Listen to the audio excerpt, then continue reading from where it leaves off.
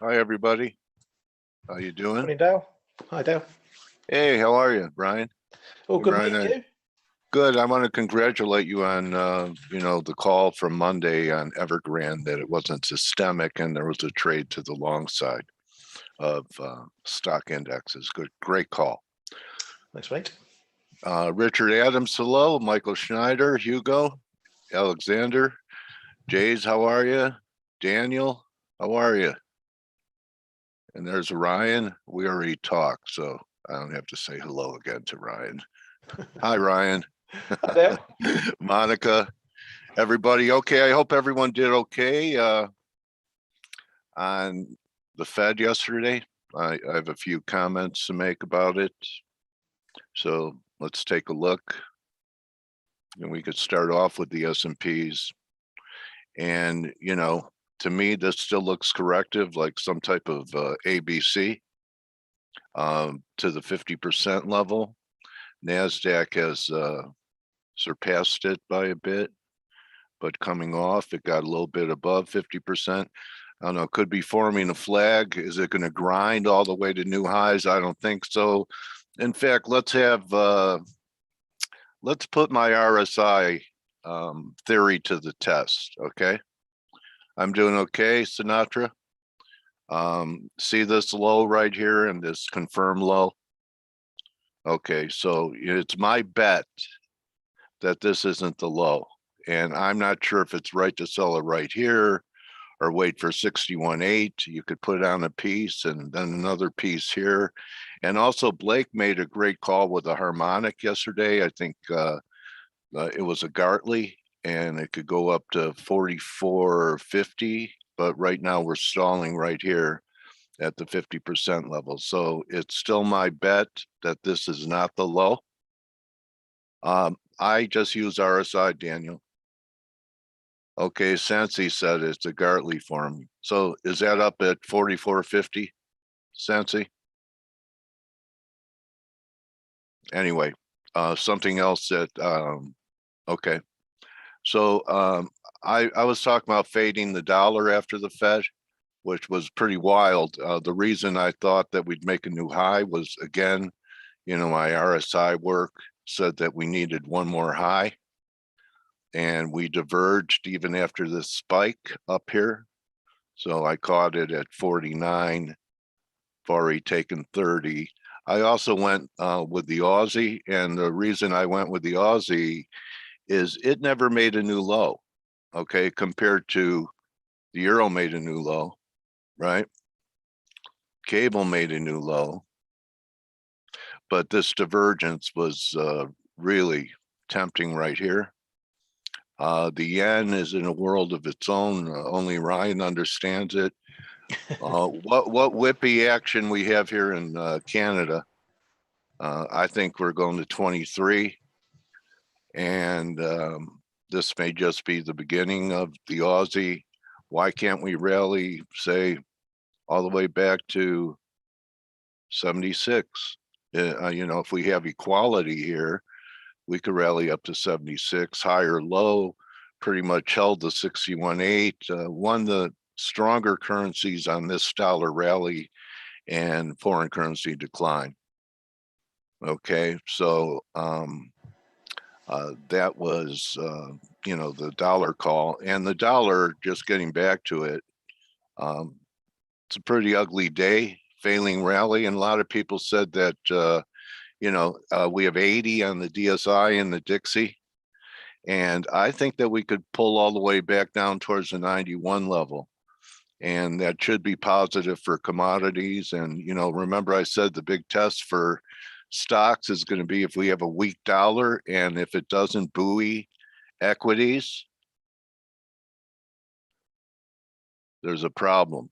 Okay. So also take a look at gold. Gold sold off with the dollar. This could have been it for the pullback. I said I was looking to buy a pullback in gold. I didn't act on it. I'm really the type of trader that if I have more than 2 or 3 separate positions on, I lose focus. I don't know about you guys. All right. What's a submarine deposit? Oh, you're talking about the deal? Okay, Yeah. all right. Yeah, all right. Anyway, I'd like to see maybe ABC down here in the 1750 range, but it's same with the metals. You would think that with the weak dollar that it's right to buy dips in gold. I think that's about it. 10-year is trying again to the upside with the yen. And, if the yen keeps going, I should be able to, get this buy down here in the mid 1750 range. Silver, maybe silver puts in a higher low too. But anyway, S&Ps are fading quite a bit. And it's still my contention. This is my biggest bet, that this is just a bear market rally, just a retracement, and not that strong considering. So go ahead. Is that you, Ryan? I just want to say good morning. It's Blake, and is my microphone working? Yeah, you sound great. Loud and clear. Well, you wouldn't get a response if your microphone wasn't working. I was about to say no. Good point. Hello, is this thing on? No, I actually just had to sneeze there for a second. It's allergy season. Like me, over Blake, here, when someone says I don't have any volume, and then I talk to them and tell them to go back out and come back in. I know, I used to do that, and then I'm like, oh, I'd actually I grab a Post-it note and then write it, so everybody else that's actually has their volume on, they can hear. It's, anyway. All right, guys, I'll let you continue on. I just want to make sure my microphone was working. You're good. Okay, I want to ask Stell and Ryan and Steve if you're there. Was it just unwinding of euro pound that lit up the pound? I mean, it was the Bank of England today. So this was the main event this morning, and they're obviously not going to hike rates now, but they voted 7-2 to keep their bond buying unchanged. So we have now. We used to have Saunders last time. It was 8. Was it 8-1? I can't remember. But anyway, 7-1. It's 10-1, whatever it was. 7-1. Yeah, sorry, because there was 8 of them. Now we have Ramsden, who also wants to reduce from 875 billion, I think, to 840. But the main thing is that they said that, and I quote, some developments strengthen the case for modest tightening. You know what the Bank of England's like. They're going to go slow. But still, markets pricing in now a decent chance of them taking the base rate to 0.25. Remember, it's 0.1 right now. So a decent rate, almost 100% chance of taking it there by February, which is the... was it February or November? Actually, I need to check. November, which is the inflation report. But so, a little bit hawkish from the Bank of England, nothing massive. They did say inflation is going to be slightly above 4% this year. So they have been wrong about inflation for a while now, and they keep adjusting higher, just like pretty much every other central bank. So that's moved the pound today a little bit, not massively, but a little bit. Okay. All right. And Ryan, your thoughts on this? On what, the BOE? Yeah, I don't think they were overly hawkish. They're just mooching around the prior language. I think the pound today was already on the rise, as was the euro, as yen pairs are. I think we just got over the risk and it's cracked on. We said about the QE thing. It makes no difference if they cut QE now or cut it by 35 billion or whatever. It runs out in December, so it's small fry stuff. A taper isn't a taper at the BOE. Yeah, it's ending in December either way. Generally, I mean, I'm a bit surprised overall at the moves, especially in the dollar, because power was pretty hawkish yesterday, and that's a bit of a surprise. Now, on the taper side of things, you could say it was hawkish because we're looking at a 6-month taper, roughly 20 billion a month, might be on the hawkish side. But we've been waiting this taper announcement for months, and every FOMC we've had a moan up after. When's it going to come? So it's pretty. Yeah. The market's now got its taper at last. It knows the details, and it was bored with talking about it beforehand. But on the rate side, there was some expectation of seeing rates coming a bit closer. The market got that also, and I've been a bit surprised that the dollar, or at least yields, haven't kicked on, which is a worry if you're long something like dollar yen, like I am for the long term, because I They would look be like hoping the same charts, Ryan, don't they? The 10-year yeah, very sideways much range and sideways. And as we were saying yesterday, you take the news and you judge it against the price moves and your levels, and we've not really come close to breaking anything. We're, as you say, nudging up against 110 here. If we get above there, we'll probably grind and find resistance every 10, 15, 20 pips, maybe up to 111. But who knows? We're, as you say, great trade on the Aussie dollar, picking that one yesterday. We highlighted the 72.20 area early in the week, yes, as being a possible level, and it's held solidly 3 times. I suspect, I haven't heard yet, but I suspect there's barriers at 72, and we're going to hear about those all the way down to 70. So it could be a reason why it's looking so solid at the moment, because we're just seeing some of that protection in place. okay. And euro pound? Euro pound really took a hit. Yeah, it's getting into that sticky 50-30 zone that has been the bane of my positions for months, getting through that blooming zone. So yeah, here we are again into that. Euro dollar as well. I think I've just mentioned it in the chat room. I think we could be in the gravity of some big options. We got over 4 billion rolling off at 1700. A couple of billion, I think 2030 or 4050. And that's one thing I'm looking for, that if the pound keeps ticking higher, or if cable keeps ticking higher, if Aussie dollar keeps ticking higher, if these yen pairs keep ticking higher, and euro dollar seems to be lagging, I think it could be these options. And once they roll off, we could see a bit of a catch up, which will mean if it sort of jumps up, maybe up towards 1750, even towards 1800. Okay. So Blake, you ready to go? I am. Good morning, guys. How you doing? Good, man. I am. I was just kind of dealing with microphone issues, but we were just kind of actually discussing on another channel. We have an interview that I did yesterday with Chris Weston, and it's nice to talk to Chris in Australia. Did you know they had an earthquake? No. In Australia? So it's like end of days type of stuff. I don't know if you guys are in Australia. Big one? Huh? Big. What was the magnitude? It was like 6 on the Richter scale, but it's big enough to where, like, I mean, he said his walls were moving and all sorts of things. But anyway, I was talking to him yesterday about the whole Evergrande situation, and he was really looking for, he was like, and I don't want to give away the interview, obviously, but one thing that I will tell you guys, something that we've been looking at is this US dollar CNH, and he's like, this is like really one of the things that you got to pay really close attention to, because there's a lot of headlines, like K-Man in the chat room just said, like, Evergrande's auto unit didn't pay any of its employees just like a minute ago in the chat room. If you guys hadn't seen that, here, let me just show you. Here's like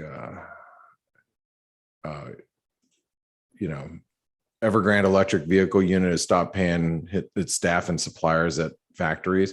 That just, he just posted that in our chat room.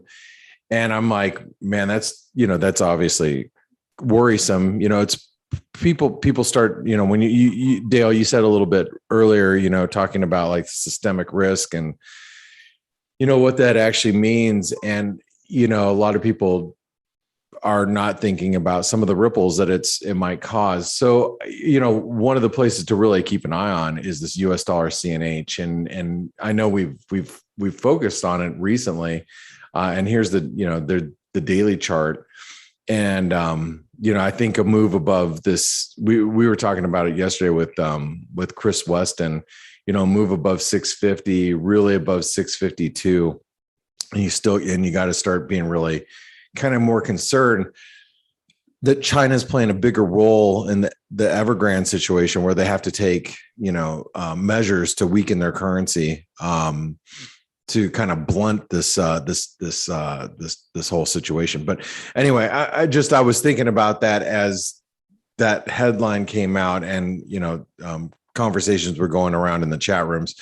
But also, I have to mention, man, there's a lot of central bank activity last night. I mean, Ryan and Stelios, you guys were around. There's like central bank. There was we had this Swiss National Bank, Norges Bank, Bank of England. We have the South African Reserve Bank today. The Turkish, yeah. No, that's just for turkeys. No, really. I mean, I didn't even know that Turkey had a rate decision. They actually cut surprise cut. They lira cut rates because the lira is so strong. The lira is at all-time lows now, basically. And Norges cut Bank rates to combat inflation. Yeah, exactly. And Norges Bank was the first kind of major central bank to hike now, and they hike 25 basis points as expected from the all-time lows of 0%. And they actually indicated that they're probably going to be hiking in December again. So the krona is doing well, and Bank of Japan did nothing. Bank of England we talked about. So yeah, it was pretty active. It's pretty active. Yeah, really, really active in the central bankosphere, if you will. Yeah. And I'm kind of focusing on the Rand today because we do have in less than an hour their meeting, and we just actually pushed through some support. This is like overnight support. I played this one on the long side yesterday. This is what was my big trade after yesterday's FOMC. I bought this at 14.69 and I sold it at 84. And that was a really, really big, it was like a % move. But it's dropped since then, and we just hit the 38% retracement. So I'm keeping a really close eye on it because I'm thinking, man, maybe this is a little false breakdown, but I might be a little premature. I'm just going to make sure it stays above the 38% retracement. I do think that overall it's acting pretty well, but again, you have central banks that are moving today, and that's really the key. So one of the charts I wanted to bring to you guys' attention that I talked about yesterday with the Forex analytics folks, and something that I'm really paying attention to is the S&P, and I'm looking for a Gartley reversal setting up at the possibly 4450 level is what I was thinking yesterday. However, today we reached for the 50% retracement of the high to the low, and we, obviously, would that be enough, Blake? Yeah, it could be. That's the trick today. Is I'm looking at it thinking maybe that was it. Maybe Europe took it to where it needed to go, and that was it. This 44.37, I think, is the high in the CFD that you can see here. But we are heading into North American, Does it have to go to D for it to be a valid Gartley, or could it fall short? No, it could be at the 50% as retracement as well as through the 127% extension to the 161% extension. So it anywhere between here to here is fine. The thing is like I said, we are going into the North American trading session, and you guys know Americans like to buy stuff. Stocks would be one of them. So, not only do we like iPhones, we like S&P. Twitter, they call them stonks. STO. Yeah, they buy stonks. Yeah, exactly. So anyway, but one of the things I want to point out here is if you go to the daily chart, and actually let me just grab a different chart so you guys can see it much cleaner.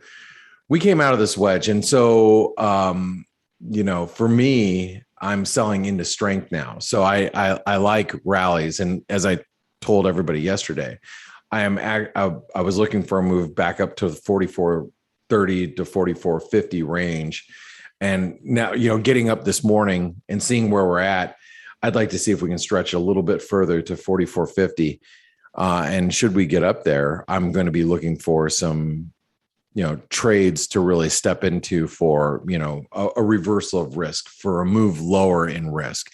And, one of the catalysts could be, call it Evergrande, people, you start getting close to the weekend.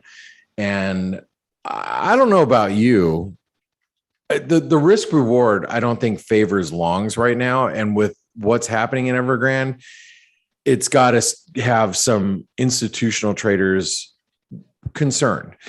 They might not say, hey, we're going to, the whole situation is going to blow up tomorrow or over the weekend, but, could things percolate a little bit and cause, some gaps over the weekend? It's possible. So you might see some risk coming off as we approach the weekend. That's just an opinion, not saying that opinion is going to take hold. It's just something that you have to think about from a psychological standpoint. We've seen a pretty big move the last week, and we've had a nice, decent recovery, probably enough to where you're going to get traders saying, all right, hey, I'm really happy that we got back to where we're at. And, I need to take some risk off the table here. And, especially over the weekend, as we approach the weekend. So anyway, just Blake, some one thing I wanted to say about Evergrande, people are asking and saying, look, there's not that much exposure outside of China. And they're right. A number I've read today, I'm not sure if it's 100% accurate, but if it is, it's scary. Evergrande apparently has 300 billion of debt, and the interest payment they are trying to make is 58 million. Just think about that for a bit. Wow. I mean, that's like, I have a credit card debt of $10,000 and I can't make a $42 payment. Yeah. So wherever it is, wherever this is in the globe, wherever it's affecting, I mean, it's not going to leave everything else untouched. So just something to think about. Yeah, I agree. Still, as I've just answered to Ingmar in the comments. I was reading a bit this morning at HSBC. They're obviously Hong Kong. They've got perhaps a bit of exposure, wider exposure to the sector. So it's things like that we're going to be looking at. But you're not going to be seeing, we know what the big boys have got. They're sort of limited in their exposure, your JP Morgans and whatnots. But your more localized Western banks, if you like, that's where it's probably going to be seeing the problems. But still, I feel it's all going to be domestically based. Well, it is. I don't want to take away from the interview with Chris Weston. So I'm not going to. You guys are going to have to watch it. It should be out here very shortly, actually. And it's interesting. He makes a couple of really great points regarding Evergrande and China and what's happening there domestically. So, and remember, he is in Australia, so he's got a little bit closer. He's got a little bit more boots on the ground, if you will, because of all of his contacts in Asia. So I found it really interesting. Anyway, but I do think it still needs to be on the radar. I don't think we should be taking it off the radar and thinking everything is fine. Sorry, I was just got my attention. Yeah, definitely. I mean, we saw this morning, we got a couple of headlines out and we saw, yen pairs dropping. We saw Aussie dollar dropping back, 20, 30 pips. It's very much in the market's eye. Right. And a couple things in currencies that, in my opinion, if you're looking at currencies, a couple of things that you should be really focused on is the dollar mex. And this is just, and by the way, JP Morgan put out a note yesterday saying that they expect that the Mexican peso will actually weaken against the dollar. They had been looking at, all these positive developments in Mexico, blah, blah, blah. They just say from a macro standpoint, the dollar Mexican peso should now start to strengthen. But the one thing that I wanted to bring up regarding this pair, I think it's a great barometer for risk. I know a lot of us here, and even Dale started looking at it more. The thing is it hasn't broken down, and I know I've made this case many times on this webinar. It hasn't broken down as stocks have been at all-time highs, but you can see it looks very much like a VIX chart. Like it does. You look at VIX, right, and you look at dollar mex, very similar chart. which is interesting. You wouldn't expect that with emerging market currencies. But what I think is going to be really important is if you break above 2022, and the reason why 2022 is a big deal. Let me just focus in here on a little bit. Here's your date. The bigger the base, the bigger the launch into space. Dale, you are so good. I love it. All right, so here, this is the 618 retracement of the August highs to the lows right here in September. That's the 618 retracement. We stopped just shy of there last week. So a move above 2022, and then we got some risk off coming. I think this dollar mex is like one that you should be really, really focused on. And if you're long risk, like if you're long, like let's say you own Aussie yen or you own Aussie dollar. In my opinion, the dollar Mexican peso is the best currency hedge you can put on right now. Long dollar max. So anyway, that's just some food for thought. So Stelios, Ryan, Steve, any other things that you want to discuss for the last couple minutes before Dale has his interview this morning? One more thing I wanted to mention is we got some data today. So it was pretty heavy, with central banks and data, and we got a large number of PMIs from Europe and the UK, and they were all red. So we're expecting PMI, so manufacturing and services PMI in Germany, for example, in the 60s, they came in like 3-4 points lower. Same in the UK. So, numbers are, is it just one piece of bad data? Maybe, but, overall, the numbers are starting to turn. We also got Spanish GDP expected 2.8% quarter on quarter, came in at 1.1. So overall data is not looking too rosy. And imagine if central banks start hiking into this.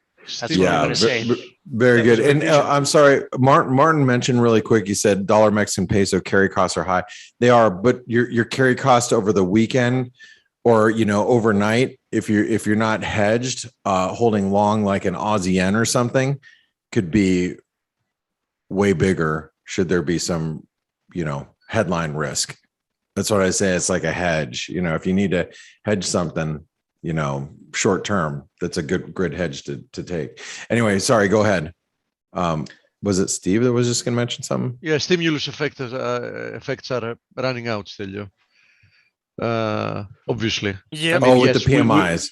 We've been seeing in general a slow of the pace of the recovery, which was anyhow almost exclusively induced by excessive monetary policy stimulus and some fiscal policy on the back of monetary policy, because let's be very frank, monetary policy has nowadays become at a big extent a tool of monetization of government debt. So governments can also do their part with fiscal policy, but with debt that nobody actually buys but the central bank. Yep. Are you there? All right. Very good. Ryan, any other final thoughts as we go into North American trade? Just to add to Stelios's view on the PMIs and stuff, just a quick one. It's what I read in all the PMIs is that the dip in these numbers is not due to a lack of demand. It's due to a lack of being able to produce and fulfill that demand. So that's, it's going to equate into potentially economic weakness in the numbers, but it's not a fundamental weakness. So it falls into the stagflation narrative that I'm expecting next year. Don't say that word. You can't say that word. Not in public. It. Stagflation 2022. Hashtag. Cut that out, editor. Right. Everyone, I want to say thank you so much for being here. Everyone, meaning you guys, the team. And then I also want to thank all the listeners that are in here today and stick with us every day through these not so volatile times, but volatility is really picking up. So it's going to be a much pleasurable experience in the markets, I feel, going through the remainder of 2021. So thank you all for hanging out with us. Make sure you visit our webinar sponsors, Forest Park FX or Pepperstone Securities. But, Forest Park is probably the one they'll just help you find a really good broker. We've been partnered with them for many years, for about 5 years. So they are the concierge of brokers for you. So make sure you contact them. And Dale, have a great interview. Everybody, thank you so much for joining us. And stick around because this should be a good interview with Dale. Okay, good hunting, team. Go bring Thank you, home Dale. dinner. Cheers, guys. Go bring home dinner. Steve, Stell, Ryan, Blake. All right, guys, go hunt. And Ryan, welcome back to Face. It's been a long time. Hey, Dale, can you hear me? Yeah, I got you, Ryan. Loud and Hey, clear. how's it going? Good. How are you, my trading warrior? I'm brother? good. I gotta be honest with you. I was just outside having coffee on my deck, and for some reason I thought the podcast was a little bit later, so I got your message, thankfully, and ran inside. Oh, cool. I'm Cool. good. It's good Where do you trade from, Ryan? I'm in New York. Okay. You want to share your screen? You have something to share with us that you want to Hold on talk one about? sec. I haven't been on Zoom in a while, so Yeah, it's that little green box. let me just how do I pick a A nice fall morning in New York. screen? All right, There you go. It's coming up. one sec. All right. Can you see the trading view screen Got in it. its entirety? Well, yeah, Bitcoin perpetual Cool. contract. All right. All right. So you've been much more active in crypto since we Yeah, last absolutely. talked. Yeah, I mean the summer months are lighter. We see summer months kind of pull off. September is not really a good month for crypto historically, even though historically we're only talking about just over a decade, so it's really hard to go by what's happened when you have such a small sample size. But That's not ghost month, is it? September? What's that? There's a month that crypto traders call the Asians. They have a month called Ghost Month. Ghosts, like Ghostbusters, Oh, where they're not supposed to be investing. I've had some crypto guys tell me that's usually not as much money flow since Asia is a big part of it, or used to be a bigger part of it. huh. No, I'm not. That might be during the Chinese New Year. I'm not really familiar. I know that I know September is just historically it's a poor month from a return standpoint for Bitcoin. But obviously rolling in right now to the end of September, the only thing that I would say is obviously worth considering right now in the bigger picture is not the only thing, but one of the more important things is obviously what's taking place in equities, what's taking place in traditional markets. A lot of crypto native traders like to think that Bitcoin is and crypto as being part of that is something that's independent of traditional and legacy markets. But what we've seen in the last year is that relationship has strengthened. And so what happens is obviously the smaller cap cryptos are like higher beta plays on Bitcoin. And when we have something like the VIX rise or something like the S&P or the ES, which we'll look at in a sec if we want, when that is experiencing significant volatility and we see a rise in the VIX, it spills over into crypto and then inadvertently starts. So it's a source of funds when there's risk off and people need liquidity. Well, yeah, that especially during any kind of liquidity crisis, you'll see contagion, obviously, like you'll see in all markets. So the Evergrande situation is something that is obviously or should be on everyone's radar. I don't really think that it's going to be as significant I don't think what will end up occurring. I think we've seen the bulk of it. I'm not really expecting much more, but then again, it's not really my area of competence. I really just source most of this stuff from guys that are better in this particular arena. What about the cockroach theory? What's that? Ryan, that if you see one cockroach, there's normally more than one around. Yeah, I don't want to get too far into conjecture because then it would be very difficult for me to just take a position period if I'm just going to be assuming that we're waiting for the other shoe to drop. As long as you don't want the sword of Damocles hanging over your head. What's that? You don't like the sword of Damocles hanging over your head? No, I mean, I am, Then stop trading. yeah. Yeah. Well, as it is right now, I largely risked off when Bitcoin initially broke down from its highs. So I became more focused on my short-term trading than any kind of long-term exposure. There are a lot of people that Yeah. really buy into the narrative and romanticize these pairs, but Bitcoin has more of a macro relationship right now, and I treat it like anything else. It's just an asset. I'm trading it. So right now we've had a pullback from that previous all-time high. I don't get the impression that it's done, but I do think that we're going to be due for a longer period of consolidation. We have in this case, it was more than a year. So from 2020, so from March 2020, Bitcoin's essentially been on a, one-way path upward. We have, 3-month consolidation at the highs, no major blow off top. But regardless of whether or not we were going to continue up or continue down, you would expect that you would get some type of pullback back to that, at least back to the 0.5 fib or back to the 618 after such a significant move. So, us being here, a lot of people end up longing this structure when the reality is it's kind of the most important contextual level on the chart that we would expect to act as resistance. So for me, I am in a position right now where I need to see that, this sort of 39K to 40K level access support, right? Because it was sort of a month and a half long. It was that very significant contextual point of resistance for this consolidation post breakdown. So I would expect this to act as support, but I would like to see it develop a little bit further before I really start getting heavily back into spot positions. Most of my futures trading is on the shorter time frame, so more intraday. I'm talking about long-term exposure.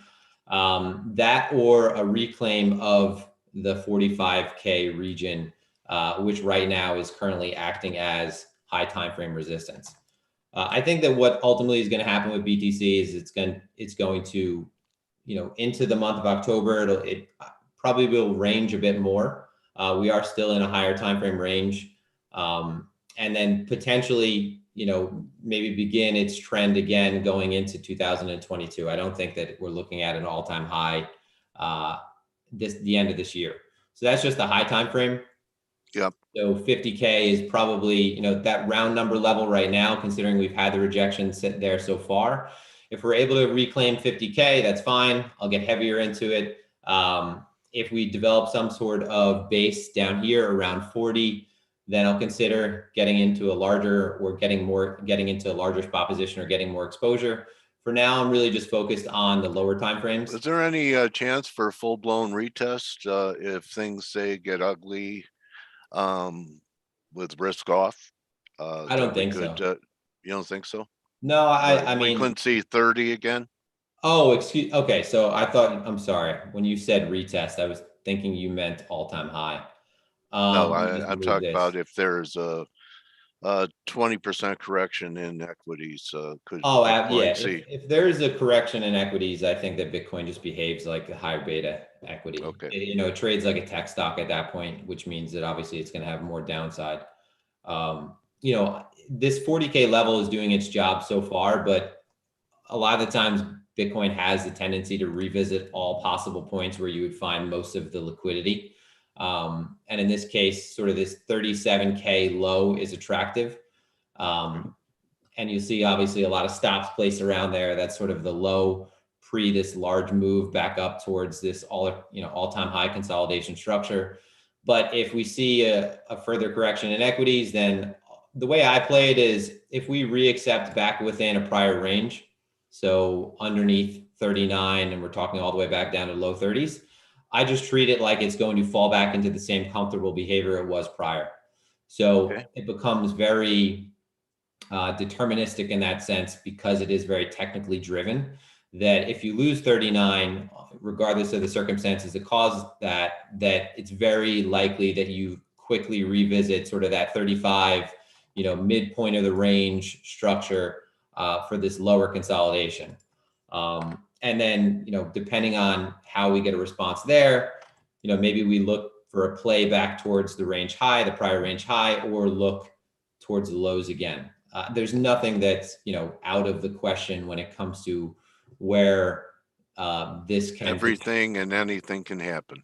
Yeah. I mean, Yeah, and right. a lot of it, I think that a lot of it does, as far as the high time frame, I think a lot of it does hinge on, what equities do into fourth quarter. So you're swing trading on what TF, like a 4 hour, right? Yeah. So if I'm most of my trading, I'd say 90% of my trading is lower time frame position trading, focusing on things like the current financing costs in crypto. So for the derivatives, we have funding, which is something that is popular if you're trading the perpetual swaps or the leverage products. And the funding is going to be an indication of whether or not longs are currently paying shorts or shorts are currently paying longs for those positions.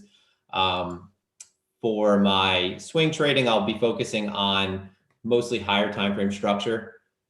So the 4 hour to the daily, the major contextual levels that stand out. So, we're talking major pivot points on the daily, on the weekly. But the lower time frame trading, I'm focusing mostly on order flow and market profile. So this, the region that we're in right now, we've had a significant response off of that 40K level, but I wouldn't really expect us to V-shape reversal right here. It's not like we've had any kind of significant buildup in open interest. If anything, we've seen open interest drop. So I don't think we're really looking at much more of a squeeze than we currently have. So what ultimately I would want to see if I was still long, in this case I'm not, is that spot was leading the market. And I think there is a slight spot lead right now. So spot is actually trading slightly above the futures market. But I think that we ultimately are going to be basing out over the coming days. So where we're at right now, I would expect us probably to develop back beneath 43 down to 41. It's just typically after Bitcoin has a significant move down, it's not going to just V-shape reversal under, not under these types of conditions.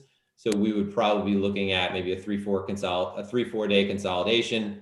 So ultimately for me, what that would mean is if we lose this low right around 43, so 43.3, that we'd be looking to fall back within, what was the prior value areas of the last 2 days, which is between 43.3 and down to right around 41.5. So when you're sitting here flat, Ryan, do you have a bias? Are you prepped so that these areas that you're talking about, should they come into play, that you're ready to execute based upon, that's why you're when you're, really we get paid at times when we're flat and we're doing our work to come up with the plan so that when the market's there, we're not involved in analysis, we're executing. So yeah, no, go ahead. No, sorry. So yeah, so my routine in my house is wake up. I already know most of the significant levels on the chart. I have in your head the areas that I want to be at least present so that I could determine whether or not I want to get active. Most of it is sitting in the last couple of weeks. Most of it is honestly sitting on the sidelines. Right.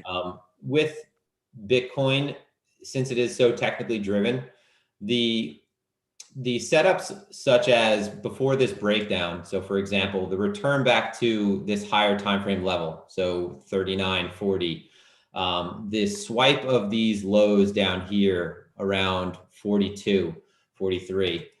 These levels are really high probability areas that you would expect a response. And it's almost like if you just got involved at the higher time frame levels, even if it meant on the low time frame.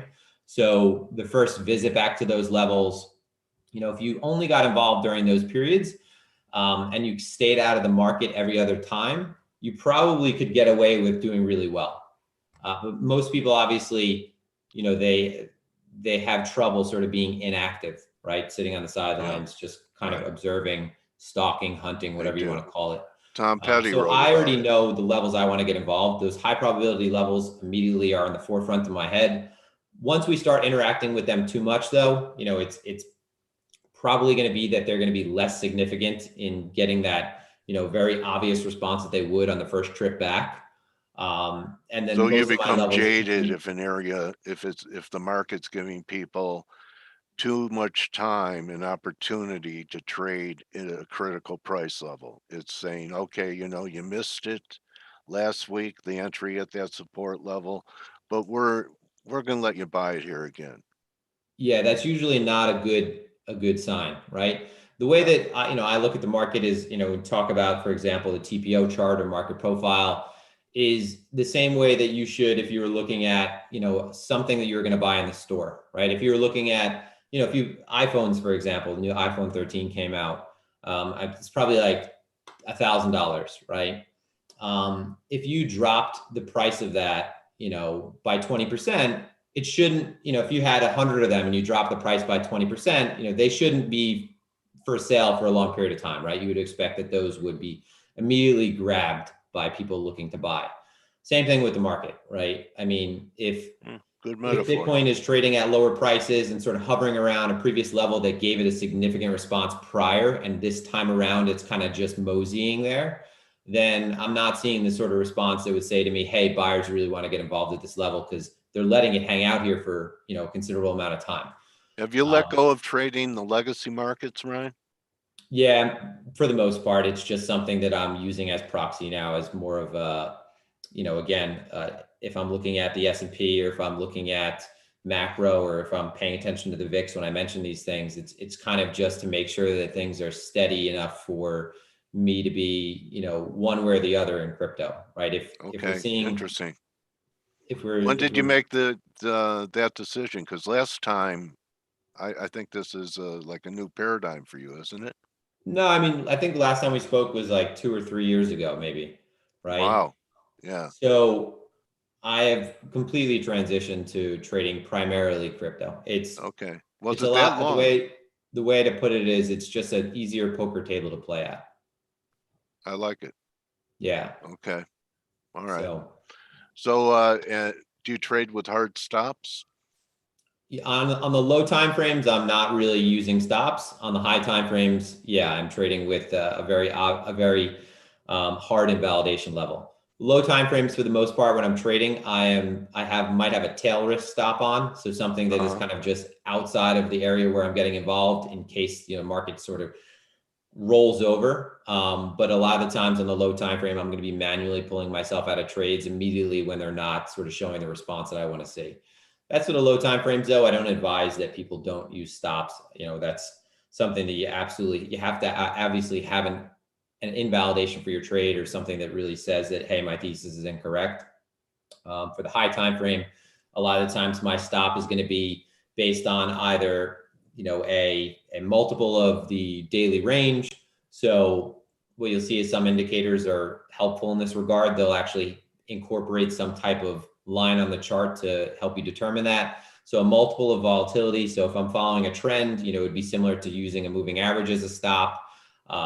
So either a multiple of ATR, a moving average for a trend, and obviously if it's a matter of market structure, if we lose any significant level of market structure, then yeah, I'm for the most part, I'm going to be out of that position. All right, where would be the safest place to trade crypto? Regulated so that you're pretty much assured that your deposits are safe. So, me being where I'm from, the safest regulated place that's really only available is for most retail is Coinbase. Okay. And do you feel comfortable leaving a lot of cash in your account there? I am. Yeah, I am. Interesting. I don't, I self-custody the spot positions that I end up picking up, meaning if I'm buying a long-term position and not using futures to get exposure, then I'll probably just put that in my hardware wallet. It is completely different from sort of what if you're coming from a legacy background and you're trading legacy, the concept of, for example, you wouldn't take custody of your stock certificates, right? If you're longing Tesla, It's not like you're holding Tesla in your closet. Whereas with Bitcoin, you have the opportunity to buy Bitcoin, take it off the exchange, put it on, or rather it's not taking it off the exchange, but taking control of your private keys and putting it on some sort of hardware wallet. But that gets more into sort of the philosophical differences between crypto and legacy and taking control of your assets and self-sovereignty. And, that's not something that I am here for really. I appreciate that. I think that, there's something to be said for that in this day and age, but I'm primarily just here to take advantage of the volatility. Okay, and do you have any comment on Jay Paul was asked about the U.S. government going to some type of digital asset, crypto? I found it interesting that they're doing studies on it. You think that governments allowed this experiment to occur so that people would embrace it and they could have their own deal? So it's an interesting thesis. I mean, I think that it's an inevitability. I think that they definitely see that there's a lot of interest in it, but I don't necessarily think that they take into account that the people that are interested in the crypto version, the more crypto native version, obviously, Bitcoin, for example, are in it for sort of different motivations, right? To sort of get out of the current financial system, whereas to get out of fiat. Right. Yeah. Ultimately, I don't think the game. So I'm not like I don't really drink the Kool-Aid too much with that, because I know that when it comes to government, it's a matter of who has more guns in that case. You're not going to start a new, I don't think you're going to start a new world currency under the sort of purview or eyes of the United States government, right? So Okay. I think you have to embrace regulation. I think you have to accept that when they get involved, they're going to shake things up. Ultimately, I think it's better for any kind of long-term promise for the asset class to be regulated so that it's accepted, so that more people are willing to get involved. When you talk about pension funds, old money asset managers, it's not like they don't want to sort of dip their toes in until they know that it's safe. So for things like an ETF, for example, it comes up a lot. I don't think you see an ETF until they've kind of cleaned up the space to their liking. And I think, part of that future means that, there's going to be sort of the, what's the central bank digital currency, the Fed dollar, whatever you want to call it. Yeah. I think that that's just the reality now, right? There's no way in sort of arguing against it. Okay. Well, it's anything you want to wrap with here, Ryan? Interesting to talk to you. I know you really don't have an axe to grind. Are you managing money or just trading your own account? No, I'm just trading my own account. So okay. Don't have an axe to grind. I wish, I honestly, I didn't realize that I made a mistake with the time. I ran to the computer. I was probably not as prepared as I should be. It's my mistake. But just to wrap it up for BTC right now, I trade some of the altcoins when Bitcoin is in, I would say, a more stable environment. For Bitcoin, like I would like to see stocks, aren't they? What's that? They're like pink sheets used to be. Yeah, right? They are. They trade like penny stocks, like OTC stocks. Okay. But for Bitcoin, what I would like to see is I'd like to see either a retest of the low 40 region, because I think we're ultimately going to balance out between this 43, 41 spot. Or if we're able to reclaim 45, I think that would probably be 45 up to 48 would be a pretty quick trip. Right now, where we are, it looks like we're consolidating at higher time frame resistance, but sort of rolling off of it, not consolidating in the way that I would want to see for me to think that it's going to suddenly start breaking through. Yeah, it's going lower. Yeah, so I think that this is a bounce on the way down after a very significant drop. Yeah. But even after the FOMC meeting yesterday, you saw traditional markets had this sort of response where it was like, okay, this is they're interpreting this as somewhat hawkish. So yeah, I don't think that bodes well for Bitcoin. Okay. Well, I appreciate you taking time and being flexible, and you didn't miss a beat. So you were prepared. It was nice talking to you again, Ryan. Thank you, Dale. I hope you have a great fall trading season, and that you stay healthy. And do you want people to follow you on Twitter? Sure. If they want to follow me, I'm Cantor and Clark on Twitter. You ever take anyone under your wing and teach them? So a long time ago, we created a course on market profile and order flow. And if they want to check out that course, it's at www.blockroots.com. Okay. All right. You know, you really have to have a lot of patience to teach, don't you? Well, that's why I created the course so that I don't need to hold That's why that's why I said that. Yeah. All right. Well, Ryan, great to talk to you again, my trading morning. Likewise, Dale. All right, buddy.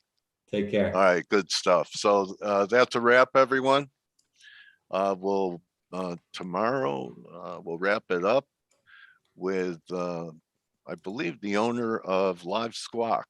So hope you guys enjoyed Ryan. You could tell that this guy knows market, so he's not trying to sell you anything, but perhaps follow him on your curated Twitter list.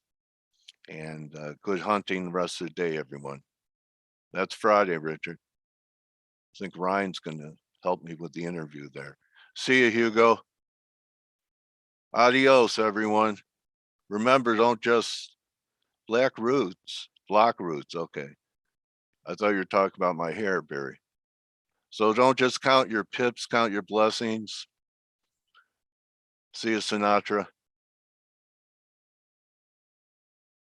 See you, everyone.